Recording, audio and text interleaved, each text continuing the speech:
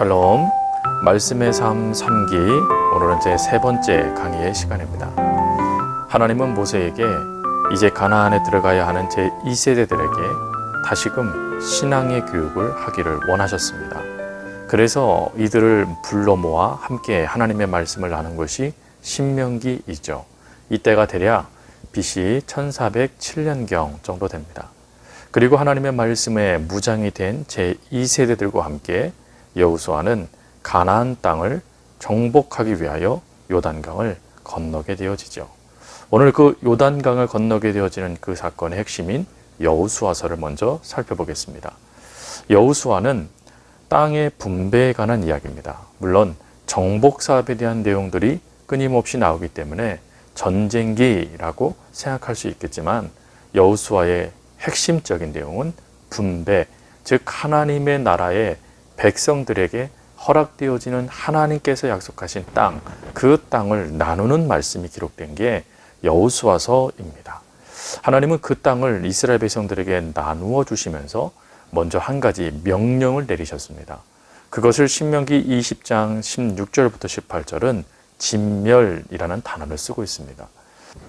하나님께서 진멸하라고 명령하신 이유는 첫 번째로 하나님의 통치를 온전히 회복하기 위함입니다. 또 두 번째로는 하나님께서 그들을 제거하고 심판할 권한을 갖고 계신다는 것을 이스라엘 백성들에게 가르쳐 주시기 위함입니다. 그리고 이와 같은 하나님의 명령을 수행하기 위하여서 먼저 하나님은 여호수아를 훈련시키십니다. 그 여호수아를 훈련시키는 말씀이 바로 여호수아서 5장의 핵심이죠.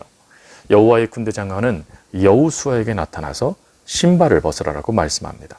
여기서 이 신발을 벗는다라는 이것은 모든 권한을 하나님께 위임한다. 내 모든 삶을 하나님 앞에 포기한다라는 것을 의미합니다. 그리고 이 모든 정복 사업의 주체, 그 주도권은 여호수아에게 있는 것이 아니라 하나님께 있다 하는 것을 깨닫게 하시기 위해서 하나님은 그와 같이 명령하신 것입니다. 그리고 하나님은 그 은혜 가운데 길갈로 그리고 여리고성으로 하나님의 역사를 이루어 가십니다. 그리고 불가능할 것 같은 여리고성을 하나님은 정복해 주심을 통하여서 하나님의 약속, 하나님의 개입하심의 위대함을 이스라엘 백성들이 분명히 볼 수 있도록 도와주셨죠. 그러나 그 기쁨이 사라지기도 전에 이스라엘 백성들은 아이성에서 대패하게 되어집니다. 그러면 아이성에서 이스라엘 백성들이 대패하게 된 이유는 무엇입니까? 두 가지로 그 이유를 설명할 수 있습니다.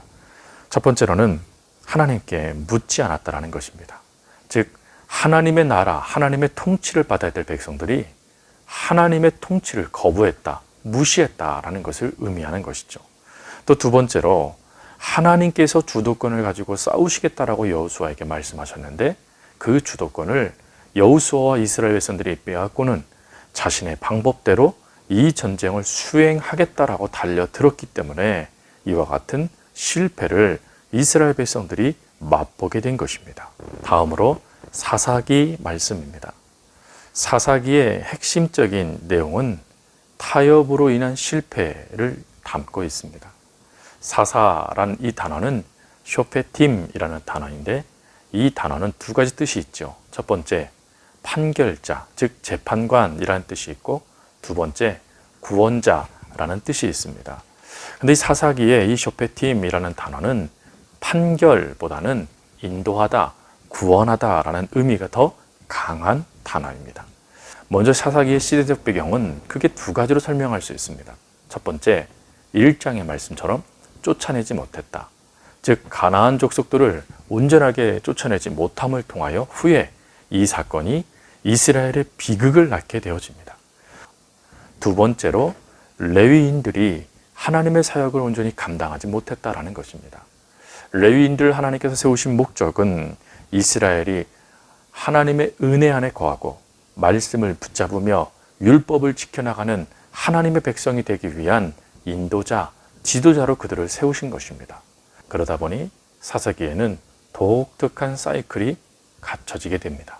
첫 번째, 여호와의 목전에서 악을 행하고 두 번째, 이방 민족을 통하여 이스라엘을 대적해 하시고 그 고통 가운데 세 번째, 여호와께 부르짖음에 하나님은 사사, 구원자를 세우셔서 이스라엘을 회복하셨다라는 것입니다.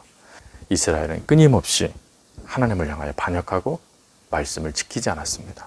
그것이 삼손을 통하여서 나타나는 모습이기도 하죠.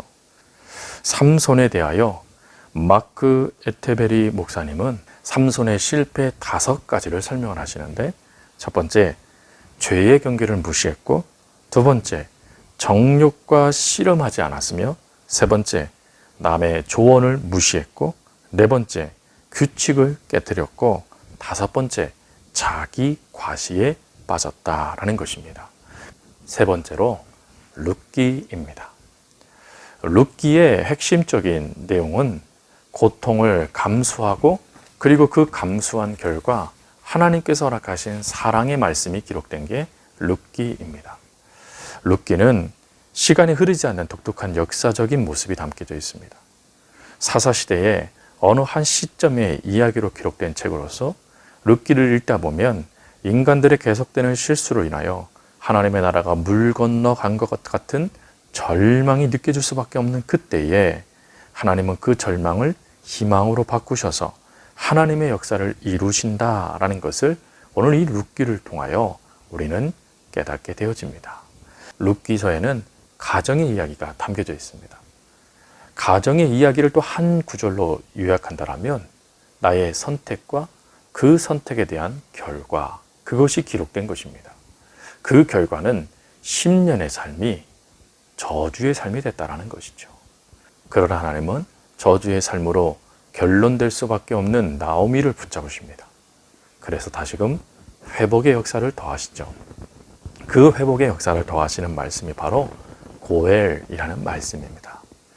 고엘은 철저하게 친족이 물을 수 있는 유대의 독특한 사랑의 중요한 전통이었습니다. 일명 고엘을 기업 무르는 자라고 합니다. 이 기업을 묻는 것은 크게 두 가지입니다. 하나는 땅이고 또 하나는 생명입니다. 룻기서를 우리가 읽으면서 꼭 기억해야 될 중요한 정의 하나가 있습니다. 그것은 인종의 혼합은 하나님께서 허락하십니다. 그러나 종교적 혼합은 용납하지 않는다라는 것입니다. 그리고 네 번째로 사무엘상입니다. 사무엘은 어머니 한나의 기도로 태어나 하나님께 헌신된 자였습니다. 한나는 사무엘이 태어나자마자 나시린으로 구별하여 하나님께 드렸고, 그리고 구별된 사무엘은 실로에 있는 엘리 제사장에게 맡겨져 신앙 교육을 받게 되어집니다. 그러면 하나님은 사무엘을 어떻게 준비시켰을까요? 첫 번째로 법궤가 있는 성소에서 자라게 하십니다. 이것은 하나님이 직접 아버지가 되어 주셔서 사무엘을 키워 주셨다라는 것을 의미합니다. 두 번째로 하나님이 늘 그와 함께 하셔서 그의 말이 하나도 땅에 떨어지지 않도록 도와주셨다라는 것입니다. 즉 하나님이 아버지가 되어 주신 것뿐만 아니라 그것을 직접 가르치는 선생이 되어 주시고, 그리고 그 일들을 이루어주는 하나님이 되어 주셨다라는 것입니다. 그리고 이 당시에 이스라엘은 블레셋과의 전쟁이 한참 진행 중이었습니다. 그때에 한 사건이 성경에 기록되죠. 바로 이스라엘이 블레셋과의 전투에 법궤를 가지고 나간 것입니다. 여러분, 법궤가 능력이 있는 것일까요? 하나님이 능력이 있는 것일까요? 예, 맞습니다. 하나님이 능력이 있으신 것이죠. 그런데 이 법궤를 갖고 갔다라는 것은 이 법궤를 미신적 도구로 사용했다라는 것을 의미하는 것입니다. 하나님은 그것을 용납하지 않으셨습니다. 그러므로 마지막 절에 적어드린 것처럼 하나님은 신앙의 본질이 외면된 채 신앙을 미신하는 것을 싫어하십니다. 그러니 그와 같은 모습들이 나타나지 않도록 사무엘상을 읽으면서 하나님께서 원하시는 것을 발견할 수 있는 말씀의 3기 모든 수강생들 될 수 있기를 주님의 이름으로 부탁드립니다.